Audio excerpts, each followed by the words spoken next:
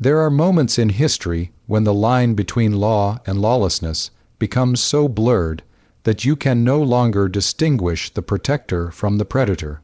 When the badge meant to symbolize justice becomes a license for terror. When the very institution designed to safeguard the innocent transforms into something far more sinister. Welcome to this journey through one of the most chilling cases of systemic corruption in American law enforcement history. Tell us where you're watching from now, because this story will challenge everything you believe about power, authority, and the darkness that can flourish when those who enforce the law believe they are beyond its reach. We're about to delve into a mystery that spanned more than a decade, buried deep in the humid backroads of rural Georgia, where a sheriff named James Thomas Tom Cox defied all accountability and left a legacy so disturbing that entire communities were paralyzed by fear.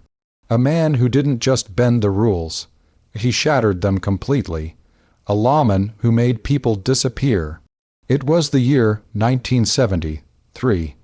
The Watergate scandal was beginning to unravel Richard Nixon's presidency. The Vietnam War was limping toward its bitter conclusion. Civil rights movements had theoretically dismantled Jim Crow laws across the South, yet in countless rural communities, old power structures remained deeply entrenched, operating in shadows that the light of reform had barely touched. In Taylor County, Georgia, a speck on the map where cotton fields stretched to horizons and dirt roads connected isolated farmhouses, the situation was far more medieval than modern America would care to admit. Taylor County occupies roughly 260 square miles of west, central Georgia, approximately 100 miles south of Atlanta. But in the 1970s, that geographical proximity meant nothing. The distance wasn't measured in miles, but in decades, perhaps centuries.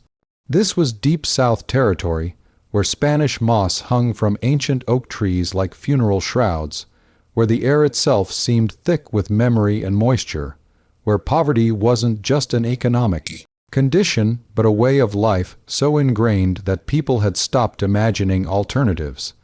The county seat, Butler, housed fewer than 2,000 souls. The entire county population hovered around 7,000. These weren't numbers that suggested vibrant community. They whispered isolation. The demographics told their own story, roughly 40% African American, 60% white, with racial dividing lines as clear and unbridgeable as they'd been before the Civil Rights Act supposedly erased them. Cotton had been king here once. By the 70s, that reign had ended, leaving behind red clay fields that grew more kudzu than crops, abandoned tenant houses with collapsing porches, and an economy sustained primarily by timber, small farms, and government assistance.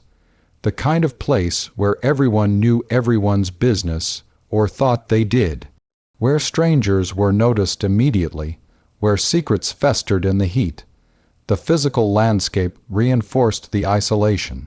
Pine forests bordered much of the county, dense and dark even at midday. Swamps lurked in low-lying areas, their brackish water concealing God knows what beneath surfaces that bubbled with methane and decay. Roads, many still unpaved in the early 70s, wound through this terrain like uncertain questions, leading to places that maps sometimes forgot to include. In communities like these, the sheriff wasn't just a law enforcement officer. He was an institution, a power broker, sometimes a tyrant. The badge carried weight that went far beyond legal authority. It represented connection to a system that could help or harm, that could look the other way or look too closely, that could protect or destroy, and in Taylor County, that badge belonged to Tom Cox. James Thomas Cox, Tom, to everyone who knew him, didn't look particularly imposing at first glance. Photographs from the era show a man of average height and build, with a face that might have seemed forgettable if not for the eyes. Those eyes were cold, calculating, the eyes of a man who assessed every situation for weakness, for advantage, for leverage. He'd been elected sheriff in 1968, riding a wave of promises about maintaining order and traditional values. Code words, those.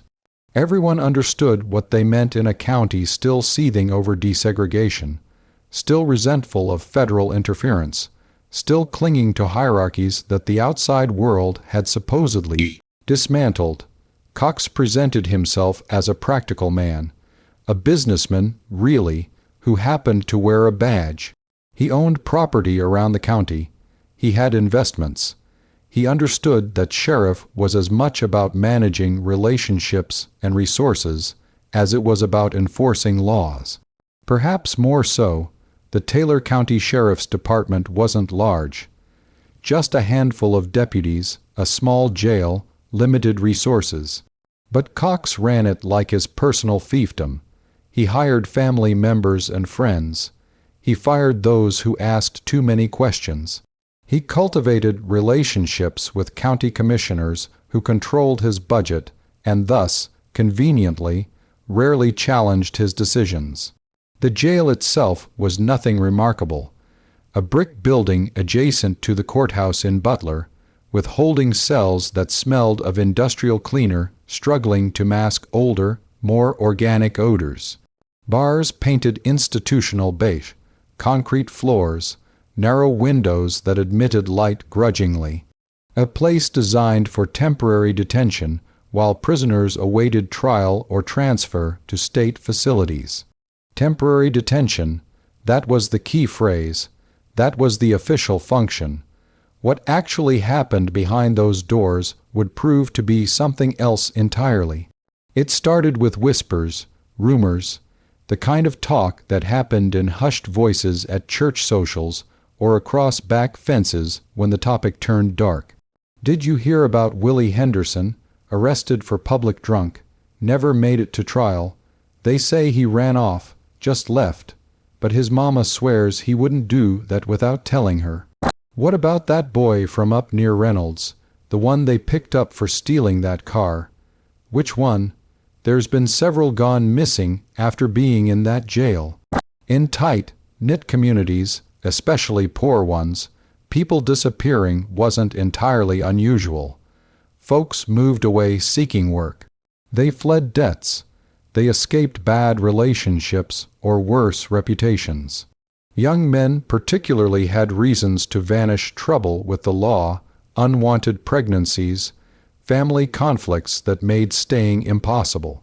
But there were patterns emerging for those paying attention, patterns that suggested something more sinister than simple flight. The disappeared had certain things in common. They'd been arrested, usually on minor charges. They'd been taken to the Taylor County Jail. They'd been seen there, alive and in custody, and then nothing, no trial records, no transfer documentation, no release papers, just absence where a person used to be. Their families asked questions, made inquiries, filed missing person reports that went nowhere. But in Taylor County in the early 70s, if you were poor, especially if you were poor and black, your voice didn't carry much weight, particularly not against the sheriff's office.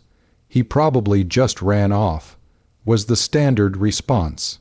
You know how these boys are, get in a little trouble, decide to start fresh somewhere else.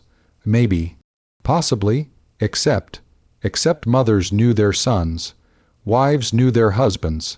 Families knew when someone was capable of vanishing without a word, and when the silence meant something else. Something darker. The whispers grew, slowly at first, then with gathering momentum as more names joined the list of the gone. People started making connections, though openly discussing them remained dangerous.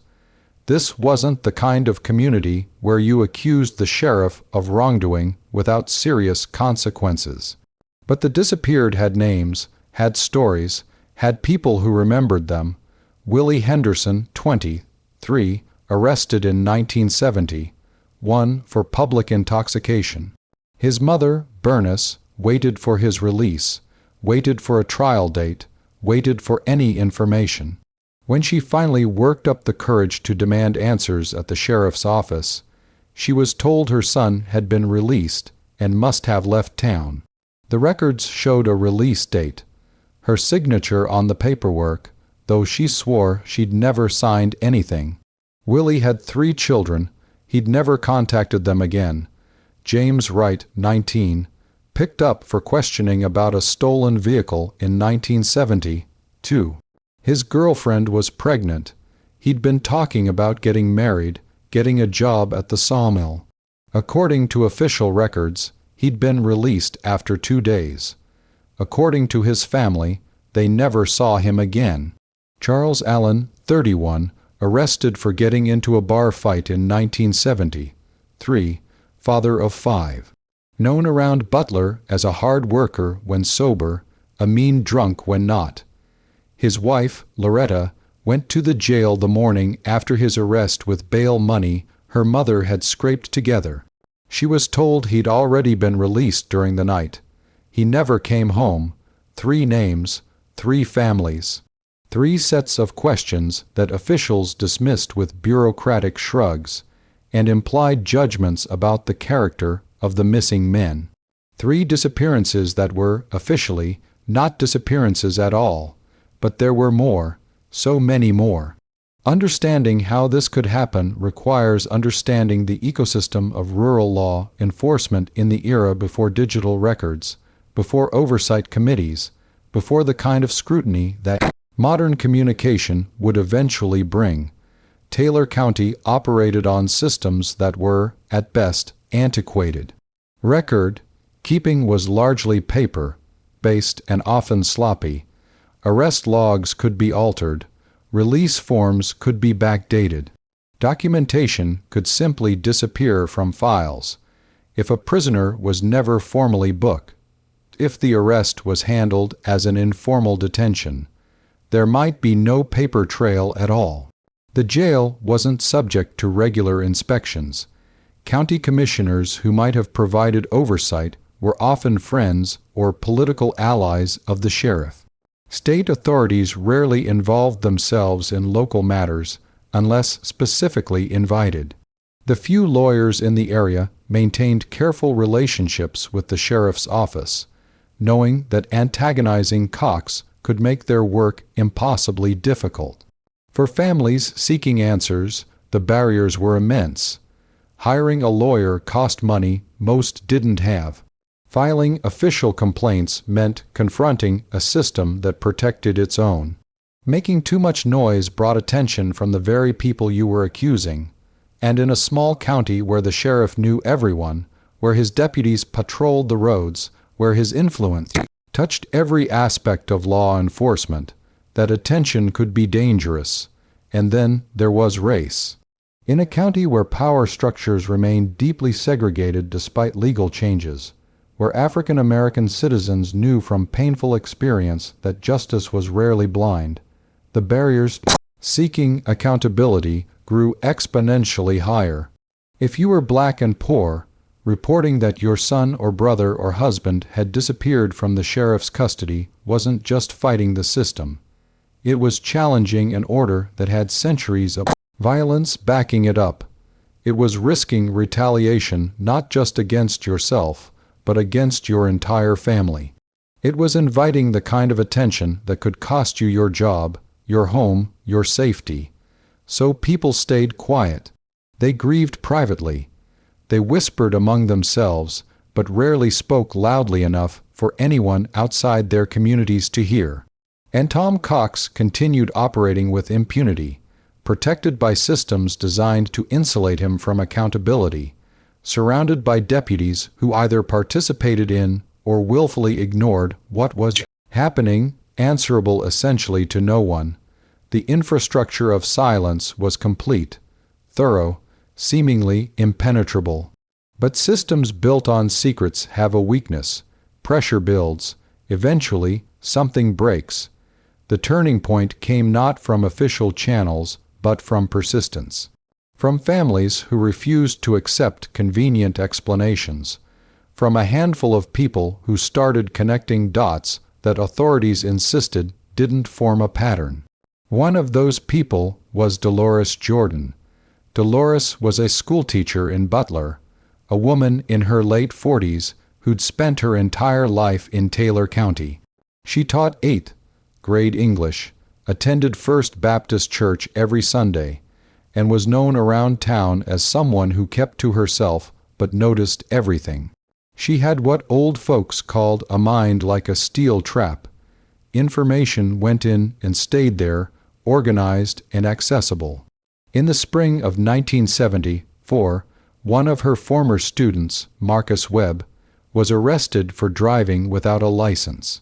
Marcus was 17, technically still a minor, though he'd dropped out of school 2 years earlier to work construction with his uncle. Dolores knew the boy, knew he was trying hard to help support his mother and younger siblings after his father had passed away, knew he was rough around the edges, but fundamentally decent. When Marcus disappeared after being taken to the county jail, when his mother came to Dolores weeping, saying her boy was gone and the sheriff's office claimed he'd been released, but Marcus had never come home, something in Dolores shifted. She started asking questions, careful questions at first, to people she trusted. Other teachers, church members, folks who might know something about other disappearances. What she found stunned her. Over a 6-year period, at least 17 people had disappeared after being detained by the Taylor County Sheriff's Department. 17 that she could confirm through conversations and careful research. The actual number might be higher. Some families were too frightened to talk. Some had moved away. Some had simply given up asking questions. 17 people, all male, ages ranging from 17 to 40, 2, mix of black and white, though disproportionately African American, all arrested on relatively minor charges: public intoxication, petty theft, traffic violations, disturbances. All officially released according to Sheriff's Department records. All vanished without a trace thereafter. Dolores began documenting everything. She filled a notebook with names, dates, circumstances. She tracked down family members, conducting what amounted to her own investigation. She noted the suspicious consistency of the official responses, the identical excuses, the missing paperwork, the convenient gaps in documentation. She also noted something else, something that would prove crucial. Several of the disappeared men had been traveling through Taylor County when arrested. They weren't locals. They had no family in the area to ask questions. They were drifters, migrant workers, men passing through on their way to somewhere else. If you wanted to make people disappear, those were the perfect targets. People who wouldn't be immediately missed. People whose absence might not trigger alarms for weeks or months. People whose families, if they looked for them at all, would have no idea where to start. The pattern was clear, deliberate, calculated. Now Dolores needed someone with the power to do something about it. Getting law enforcement to investigate law enforcement is always problematic. Getting state authorities to investigate a county sheriff requires navigating political relationships, jurisdictional boundaries, and the unwritten rule that agencies rarely scrutinize their own without overwhelming cause. Dolores tried the Georgia Bureau of Investigation first. She wrote letters, made phone calls, sent her carefully compiled documentation. The response was tepid. They'd look into it, they said. They needed more concrete evidence, they said.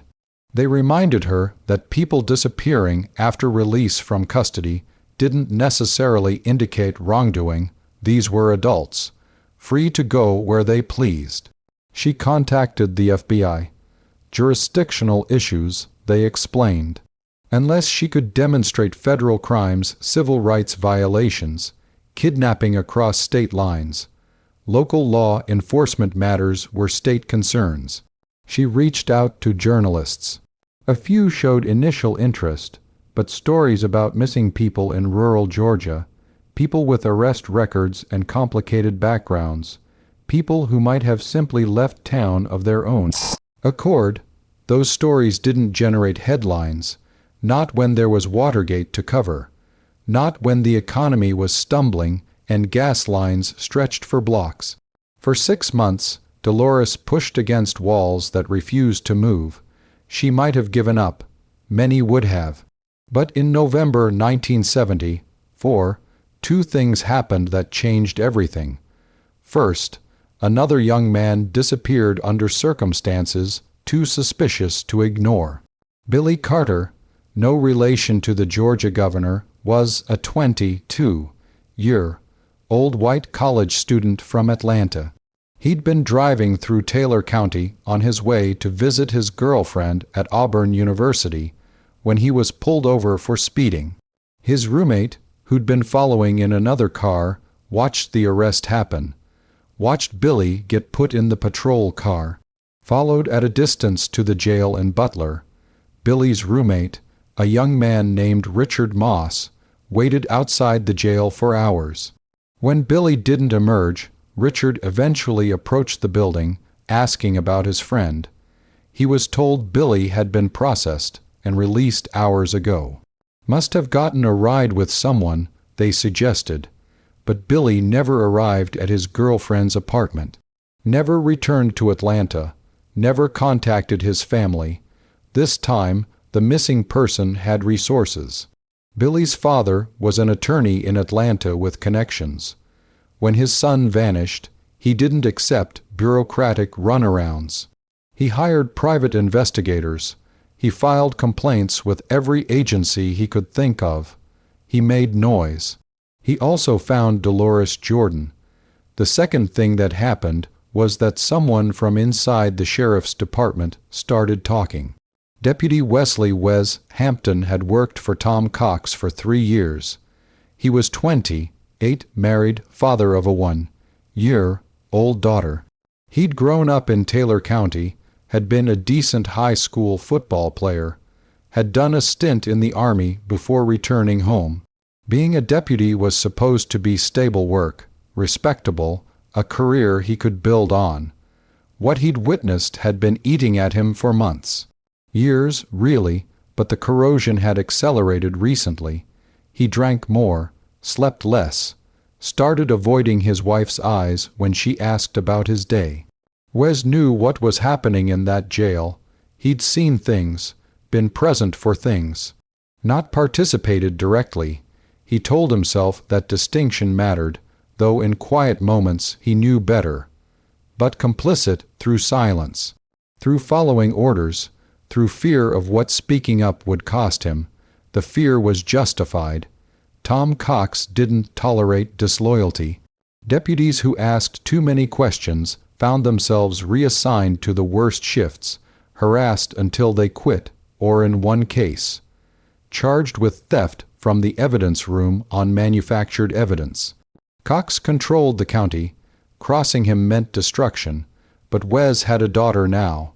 When he looked at her, he couldn't square the man he wanted her to believe he was with the man he'd become. The weight of what he knew had become unbearable. In December 1974, Wes made contact with the GBI through an intermediary, a cousin who worked for the state patrol in another county. He requested protection, immunity from prosecution, a guarantee that his testimony would be taken seriously. What he had to say was explosive. According to Wes Hampton, Sheriff Tom Cox had been systematically murdering prisoners in his custody for at least 6 years. The victims were chosen carefully, people whose disappearance wouldn't generate immediate attention or investigation. The methods varied, but often involved taking prisoners to remote locations under the guise of work details or transports, and simply shooting them. Their bodies were buried in locations throughout the county, spots Cox knew intimately from his lifetime in the area. Some bodies were weighted and dumped in swamps. Some were hidden in the dense pine forests that bordered farmland. At least two, Wes believed, had been disposed of in abandoned wells on properties Cox owned. The operation involved more than just the sheriff. Several deputies participated directly. Others knew but looked the other way. County officials who handled paperwork had been coerced or bribed into falsifying records. A local funeral director had been involved in at least one disposal. The system was larger than one man. It was a conspiracy that implicated multiple people at various levels. But Cox was the architect, the driving force, the man who decided who lived and who died. Wes provided specifics: dates, names of victims, descriptions of burial locations, names of other participants.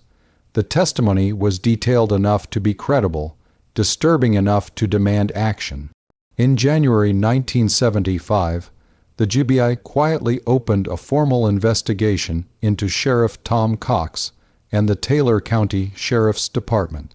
The GBI operation was codenamed Dark County. It involved agents from multiple field offices, coordination with federal prosecutors, and extraordinary secrecy. If Cox learned he was under investigation before agents were ready to act, evidence would disappear. Witnesses would be intimidated. The entire case could collapse. For 3 months, agents worked quietly. They interviewed family members of the disappeared. They tracked down witnesses who'd been too frightened to come forward. They examined financial records, looking for irregularities that might indicate bribery or other corruption. They built cases methodically, following procedures with excruciating care, because they knew any misstep could destroy everything. The breakthrough came in late March. Acting on information from Wes Hampton, GBI agents secured search warrants for 3 properties owned by Cox or his family members. On March 28, 1975, just before dawn, teams moved simultaneously on all 3 locations. At a vacant farmhouse Cox owned 15 miles outside Butler, agents found what they'd been searching for. The property was old, abandoned years earlier when the last tenant had died. The house itself was collapsing, its roof mostly caved in, its walls leaning at unsafe angles. Behind the house, partially hidden by overgrown scrub and kudzu, was an old well. The wooden covering had rotted away. When agents peered into the darkness with high-powered flashlights, they saw nothing but a black void. They brought in specialized equipment, lowered cameras, found the bottom at approximately 30 feet down, and found bones, human remains, multiple sets. The recovery took 3 days. Forensic teams worked with archaeological precision, documenting everything, extracting remains with painstaking care. The well yielded the bodies of 4 men, all in various states of decomposition. 3 had been there long enough that only skeletons remained. The 4th, more recent, still had tissue. All 4 had gunshot wounds to the head. While that excavation proceeded, another team was working a site deep in the Talbot County pine forest near the Taylor County border. This location, also provided by Hampton, required bringing in ground, penetrating radar equipment. The search took longer, but eventually they found it, a shallow grave containing 3 more bodies. 7 confirmed victims, 7 families who would get answers, terrible as they were. 7 men whose disappearances had been treated as personal choices were now confirmed homicides. But investigators believed there were more, many more. The list Dolores Jordan had compiled included 17 names. Wes Hampton had mentioned numbers that climbed past 20. Some victims might never be found. Swamps were effective at hiding secrets, and Taylor County had no shortage of them. On April 2, 1975, GBI agents, backed by federal marshals, descended on the Taylor County Sheriff's Department. They arrested Sheriff Tom Cox in his office, reading him rights while his face went from confusion to rage to something colder. Calculating, the look of a man already planning his defense. 5 deputies were arrested simultaneously, including one, Deputy Frank Rowlands, who agents believed had been Cox's primary accomplice in multiple murders. The investigation had moved from whispers to confirmed mass murder, from rural tragedy to national news, from a local scandal to what prosecutors were calling one of the worst cases of law enforcement corruption in Georgia history. The kingdom of shadows had fallen, but the full scope of what had happened there, the complete count of victims, the full extent of the conspiracy, the totality of the horror, was only beginning to emerge. The trial of James Thomas Cox began in October 1975 in Fulton County Superior Court. Venue had been changed from Taylor County for obvious reasons. Finding an impartial jury there would have been impossible. Half the potential jury pool would have been connected to Cox in some way. The other half would have been too frightened to convict him. Even in Atlanta, the case generated extraordinary attention. The courtroom was packed daily with journalists, family members of victims, law enforcement officials, and citizens drawn by the spectacle of a sheriff accused of becoming a serial killer. The prosecution's case was methodical and devastating. They presented forensic evidence from the recovered bodies. Ballistics experts testified that bullets recovered from skulls matched weapons from the sheriff's department evidence room, guns that had been checked out by Cox personally. Financial experts traced payments from the sheriff's account to officials who'd falsified records, but the most powerful testimony came from Wes Hampton. For 3 days, the former deputy sat in the witness box and described what he'd seen and what he knew. His voice was flat, emotionless, as if recounting someone else's story, but the content was horrific. Identify VULNERABLEPRISONER, arrested S. Falcon of CONNECTION5, those whose absence wouldn't be immediately questioned. He'd tell the prisoner they were being transferred or taken on a work detail. Sometimes it happened at night. Sometimes in broad daylight, just a sheriff and a prisoner driving out to a remote location. He'd park somewhere isolated, Hampton testified. Tell the prisoner to get out, usually said there was something that needed checking or work that needed doing, and then he'd shoot them, back of the head usually, quick, professional, I guess you'd call it, though that word don't seem right for murder. And the bodies, the prosecutor asked. Buried where he'd already picked out spots. Wells were convenient, swamps worked. Sometimes we'd dig graves in the pine forest, places so remote nobody went there except maybe hunters in deer season. You participated in burials. Hampton's face remained expressionless. Yes, sir, I did.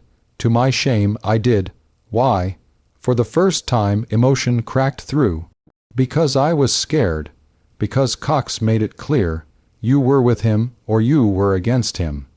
And being against him meant you might end up in one of those holes yourself.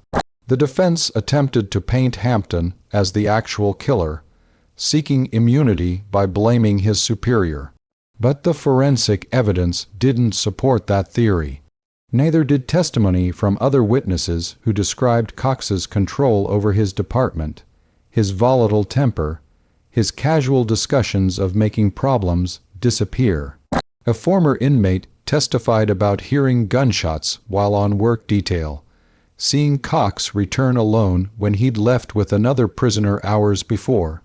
Family members testified about their loved ones' disappearances, about being stonewalled by the sheriff's office, about the terror of suspecting murder but being powerless to prove it. Dolores Jordan testified about her investigation, presenting her notebook with its careful documentation. Her quiet rage at the system that had enabled this horror was palpable, And Billy Carter's roommate described following his friend to the jail, being told Billy had been released, knowing, though he couldn't prove it then, that something was desperately wrong.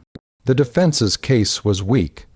Cox didn't testify. His lawyers knew the prosecution would destroy him on cross-examination.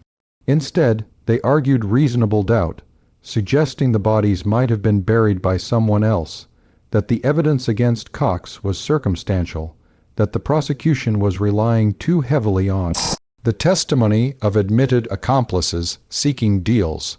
The jury wasn't convinced. After deliberating for 4.5 hours, they returned verdicts of guilty on 7 counts of murder, 4 counts of conspiracy to commit murder, and multiple counts of official misconduct, evidence tampering, and obstruction of justice.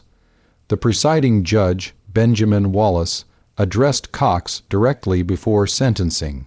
"You wore a badge," Judge Wallace said, his voice sharp with controlled fury. "You swore an oath to protect and serve the citizens of Taylor County.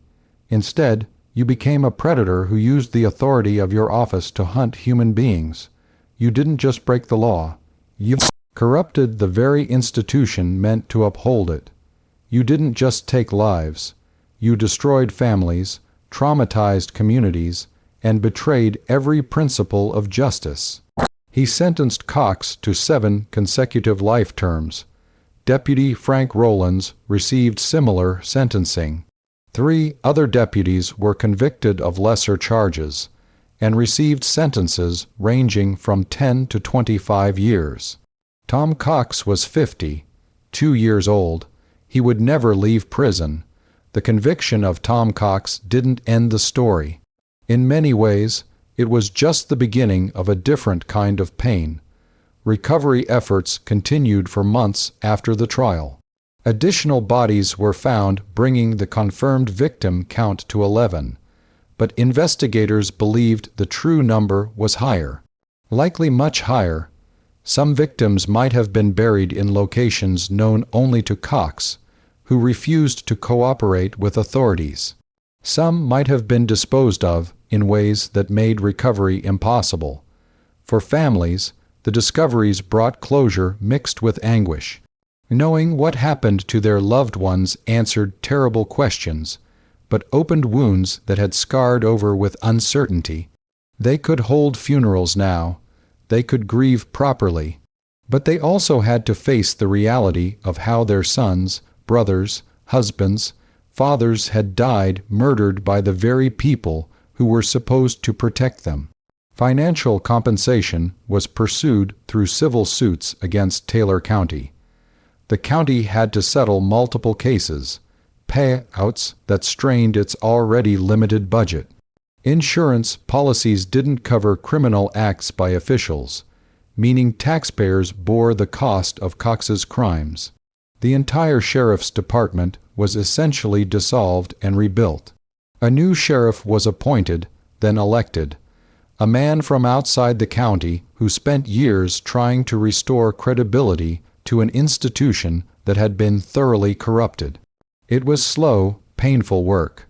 Trust, once destroyed so completely, doesn't regenerate quickly. For Taylor County's African American community, the revelations confirmed what many had suspected, that the justice system had never been blind, that the badges and uniforms had never meant protection for them. The fact that several white victims were also murdered didn't erase the racial disparity in targeting or the reality that complaints from black families had been dismissed most readily. The psychological scars ran deep.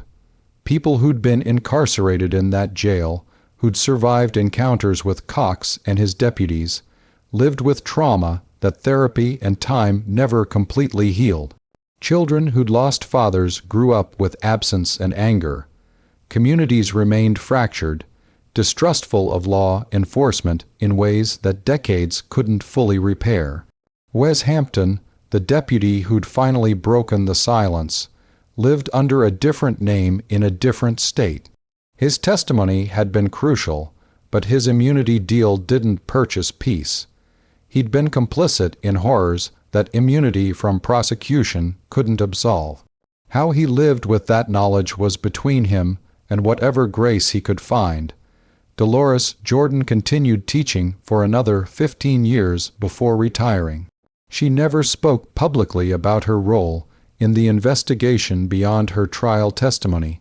But students remembered her emphasis on the importance of speaking truth, of standing against injustice even when it was frightening, of remembering that silence was its own form of violence. And the graves yielded their own kind of testimony. 11 confirmed victims, 11 men who'd been systematically erased. But the missing, those whose bodies were never found, whose fate remained speculation, haunted the story in different ways. Their families never got closure. Their stories remained incomplete. They existed in a liminal space between the disappeared and the dead, known victims of crimes that couldn't be fully proven. Some names from Dolores Jordan's list were never accounted for. Marcus Webb, the 17-year-old whose disappearance had first spurred her investigation, was never found. Willie Henderson, whose mother Bernice had sought answers until her own death in 1988, remained missing. Several others existed only in memories and fading photographs, their ultimate fate known to them and their killer alone.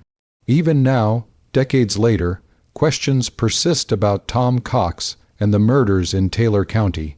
Why? That's the one everyone asks. Why would a sheriff murder people in his custody? Psychologists who have studied the case suggest various theories. Power, the intoxication of absolute control over others' lives. Sadism, deriving satisfaction from causing suffering. Convenience, eliminating problems that threatened his comfortable corruption. The classic serial killer profile. A need for dominance, a lack of empathy, a pattern that escalated over time as he grew more confident in his impunity. Cox himself never explained. He maintained his innocence despite overwhelming evidence, dying in prison in 1994 at age 71, without ever confessing or expressing remorse. If he had reasons beyond opportunity and cruelty, he took them to his grave. Another question: how many? The confirmed count was 11. Estimates ranged much higher. Some investigators believed the number could be as high as 30. The truth is probably unknowable now. Too much time has passed. Too many potential graves were never searched. Too many victims had no one to report them missing. And perhaps the most troubling question: how did this continue for so long? The answer to that requires examining systems that failed catastrophically. Record keeping that was intentionally lax. Oversight that was non-existent. A power structure that protected those in authority while marginalizing those seeking justice. Racial dynamics that made some lives matter less than others in the eyes of institutions. Economic disparities that left poor families without resources to demand accountability. It required looking at the complicity of those who suspected but didn't speak, community members who heard whispers but didn't act, deputies who witnessed or participated out of fear or loyalty, officials who benefited from not asking questions. The Cox case became a catalyst for reforms in Georgia law enforcement. Better record keeping requirements, more robust oversight mechanisms, clearer protocols for investigating officer misconduct, regular jail inspections, better training on civil rights and use of force. But systems are only as strong as the people operating them. Paper policies don't prevent abuse of power if that power is culturally entrenched and socially protected. The real lesson from Taylor County isn't that one man was evil. History is littered with evil men. The lesson is how many systems have to fail, how many people have to look away, how many voices have to be silenced for such evil to flourish openly for years. The story of James Thomas Cox remains a disturbing reminder that the institutions designed to protect us can become instruments of terror when accountability disappears. That badges and oaths mean nothing without the moral courage to uphold them. That justice delayed or denied for the vulnerable is justice destroyed for everyone. But questions remain that can never be fully answered. How many bodies still lie hidden in Taylor County's swamps and forests? How many families never knew what happened to missing loved ones? How many other Cox-like figures might have operated in other counties, other states, protected by similar systems of silence and complicity? The case prompted national attention to corruption in rural law enforcement, but did it truly change cultures of power and impunity? Or did it simply make future perpetrators more careful? To this day, there are places in Taylor County that old-timers won't go. Abandoned properties that local kids avoid even on dares. Stretches of forest that seem darker somehow than the trees around them. Wells that were filled in, but still radiate a sense of wrongness. And on silent nights, when the Georgia humidity hangs thick and the air barely moves, people still report feeling watched in certain places, feeling the weight of unanswered questions, feeling the presence of the disappeared, whose stories were buried but never quite forgotten. The victims' names are known now, at least some of them. They have headstones. They have memorial markers. They have people who remember them not as case numbers or statistics, but as individuals' sons, brothers, fathers, friends. People whose lives had value, whose deaths had meaning beyond the evil that ended them. Willie Henderson, James Wright, Charles Allen, Billy Carter, Marcus Webb, and the others whose names we know and those we don't. They deserved better than what Tom Cox gave them. They deserved better than what the systems meant to protect them allowed. If this journey through one of law enforcement's darkest chapters has resonated with you, if you find yourself pondering how power corrupts when oversight disappears, how silence enables atrocity, how the vulnerable are always most at risk when institutions fail them, then consider subscribing to this channel.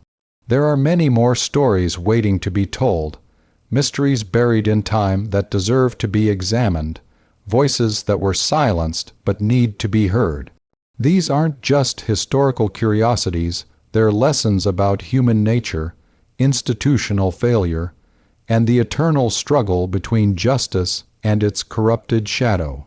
Leave a like if this account provoked reflections that go beyond mere entertainment, if it reminded you that the price of justice is eternal vigilance, that the powerful must always be held accountable, that the most vulnerable among us deserve our loudest advocacy, and comment sharing your own perspectives on how we ensure that the Tom Coxes of the world, the predators who wear badges, the corrupt officials who abuse trust, the systems that protect abusers instead of victims, are exposed, stopped, and prevented.